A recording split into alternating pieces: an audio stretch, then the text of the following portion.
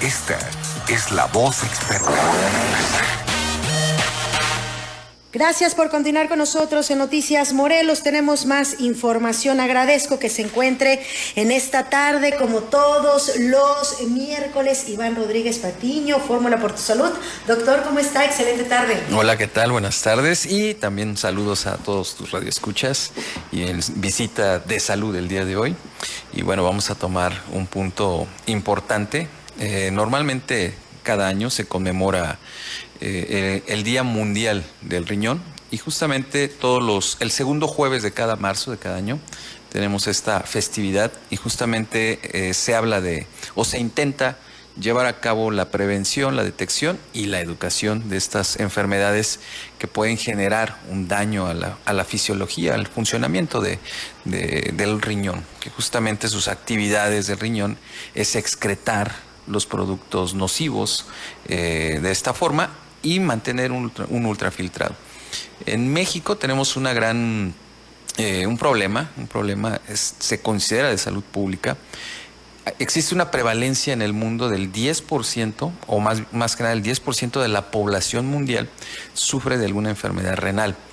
En México tenemos una situación un poco más alta en el mundo, tenemos de un 12.2%, el cual nos genera grandes problemas a nivel de salud pública en los costos, y vamos a tener también la enfermedad renal crónica, que lleva ahí una importancia las enfermedades como la hipertensión arterial sistémica y la diabetes mellitus. Entonces tenemos niveles altos de este tipo de pacientes, de estas enfermedades, y sobre todo es que vamos a tener también una complicación secundaria tardía a estas enfermedades, y es justamente la enfermedad renal crónica. Vamos a tener también procesos muy alarmantes en las infecciones. Normalmente vamos a tener problemitas con los niños, con los adolescentes, a infecciones como del estreptococos o de algún estreptococo, que se consideran pues enfermedades, no son bien tratadas, no son bien medicadas, no se utiliza un buen antibiótico y pueden generar algo que se llama glomerulonefritis.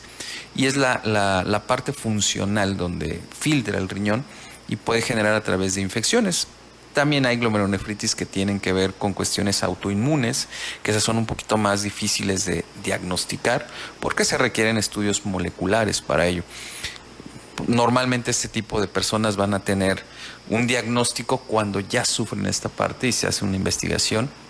Y vamos a tener también grandes problemitas en México con la litiasis renal, que también cambia la morfología. El tener piedritas en el riñón va a cambiar la morfología y en algún momento vienen ciertos cambios que generan.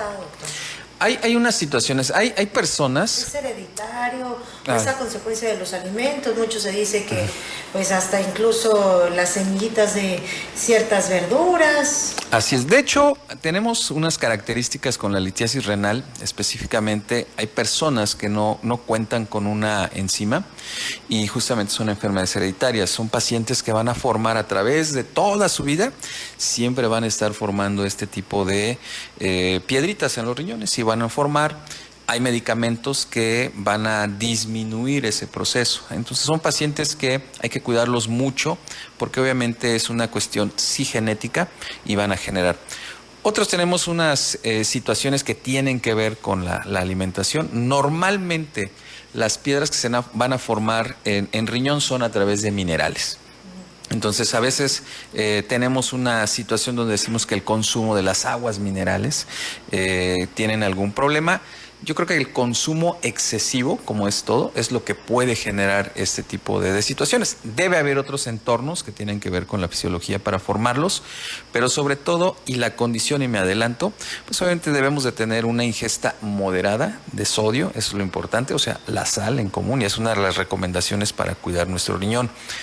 Y este tipo de procesos también puede haber poliquistosis renal y pueden generar algún tipo de situaciones específicas. Pero en México tenemos la gran mayoría de nuestros pacientes que tienen enfermedad renal crónica son derivados de sufrir hipertensión arterial sistémica y diabetes mellitus. Eso está considerado esa prevalencia del 12.2 que lo comentaba y que cada año va aumentando, pone en riesgo también los sistemas de salud porque son tratamientos que no mejoran, son controles y van aumentando los procesos de escuchar personas que se les tiene que realizar una diálisis peritoneal o una hemodiálisis. Y esto genera pues costos elevados al sistema de salud pública. Y si es a nivel privado, pues obviamente genera muchos más costos. Por eso el día de mañana, en la conmemoración del Día Mundial del Riñón, la invitación el día de hoy en estos micrófonos de Radio Fórmula es justamente que cuidemos esos riñones, que nos estemos checando, hagamos una detección oportuna y quien ya sufre diabetes e hipertensión, vea también la parte de prevenir.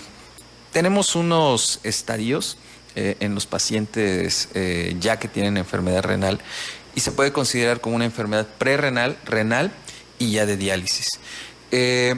No se ha tenido realmente el trabajo preventivo y esto aprovecharlo justamente en estos momentos es hablar de cuidar en el estadio prerrenal. El tener el cuidado de tener estudios de laboratorio como una química sanguínea de 6 elementos y nos arroja la creatinina.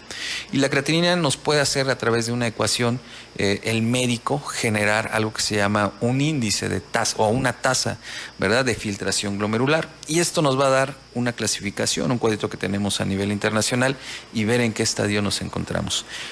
Se recomienda a quienes, pues la gente que sufre de una enfermedad crónica degenerativa, también el ácido úrico también genera ciertos cambios a nivel, si no es tratado con el tiempo, daños a nivel renal. Y esa es una parte, ¿no? Tener estudios que nos ayuden. ¿Qué otros estudios nos generarían? Que a lo mejor no necesita radiaciones como una tomografía, una resonancia, pero sí un ultrasonido renal, ver esa parte, ver cómo está la morfología, o sea, cómo está la forma de ese riñón, y también estar buscando a través de estudios electrolitos séricos, el nivel del nitrógeno urémico en sangre, para hacer un balance de cómo se encuentra nuestro riñón. Y, como vuelvo a comentar, si la persona o las personas sufren de una enfermedad crónica degenerativa, es indispensable que se estén checando cada año cómo está esa tasa de filtración glomerular y ver dónde está. Los puntos importantes de las personas que sufren ya una enfermedad renal crónica deben de tener un acompañamiento y se llama reeducación nutricional. En lo personal ya no ocupo la palabra dieta. La reeducación nutricional es justamente. Se resisten y a pesar de que tienen cierto padecimiento, bueno, continúan con la misma alimentación, continúan ingiriendo tal vez el alcohol y también, por supuesto, este tipo de bebidas que ponen en riesgo precisamente pues este tipo de situaciones de los riñones. Sí, efectivamente hay un cambio donde tenemos situaciones donde vamos a tener precauciones y justamente el tema es, existe un boom y yo lo veo y lo digo francamente, hay un marketing en la utilización de suplementos. No existe como tal una evidencia científica que nos dice que la suplementación por datos hiperproteicos nos genere una enfermedad renal. Siempre y cuando no tengamos características genéticas, porque ese es el gran problema, o una enfermedad base. Una persona sana, no existe la evidencia, puede ser un deportista, pero una persona con alguna enfermedad crónico-degenerativa o alguna variante genética, sí pueden desarrollar la enfermedad. Eso sí existe evidencia. ¿Qué significa? Siempre que vayamos a utilizar un suplemento alimenticio, que sea rico en proteínas, hay que ver la calidad del producto que estemos utilizando y que vaya en base a un manejo nutricional.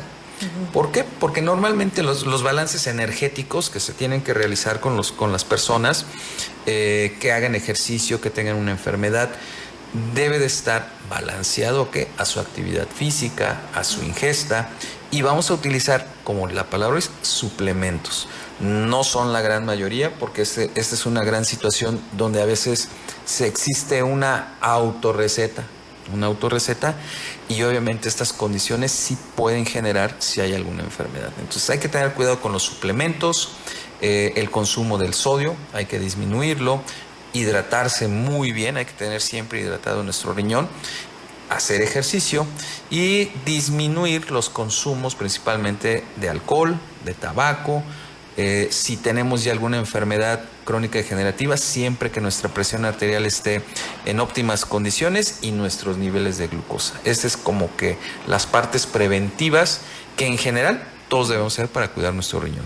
Todos debemos de cuidar nuestros riñones y no hasta que ya nos diagnostiquen precisamente alguna situación que pues en muchas ocasiones un trasplante luego no lo acepta el cuerpo. Sí, de hecho tenemos... Y difícilmente se puede dar. En México la estadística de trasplante renal del año anterior son de 2.723 trasplantes en México, pero no son fáciles de hacer ni fáciles de conseguir. Es un tema demasiado interesante, esto en el marco del Día Mundial del Riñón que se conmemora el 13 de marzo, el segundo jueves de cada marzo. De cada mes de marzo. Pues muchísimas gracias, doctor. Pues muchas gracias y un saludo. Gracias, es el doctor Iván Rodríguez Patiño, Fórmula por tu Salud. Hacemos una pausa, ya continuamos.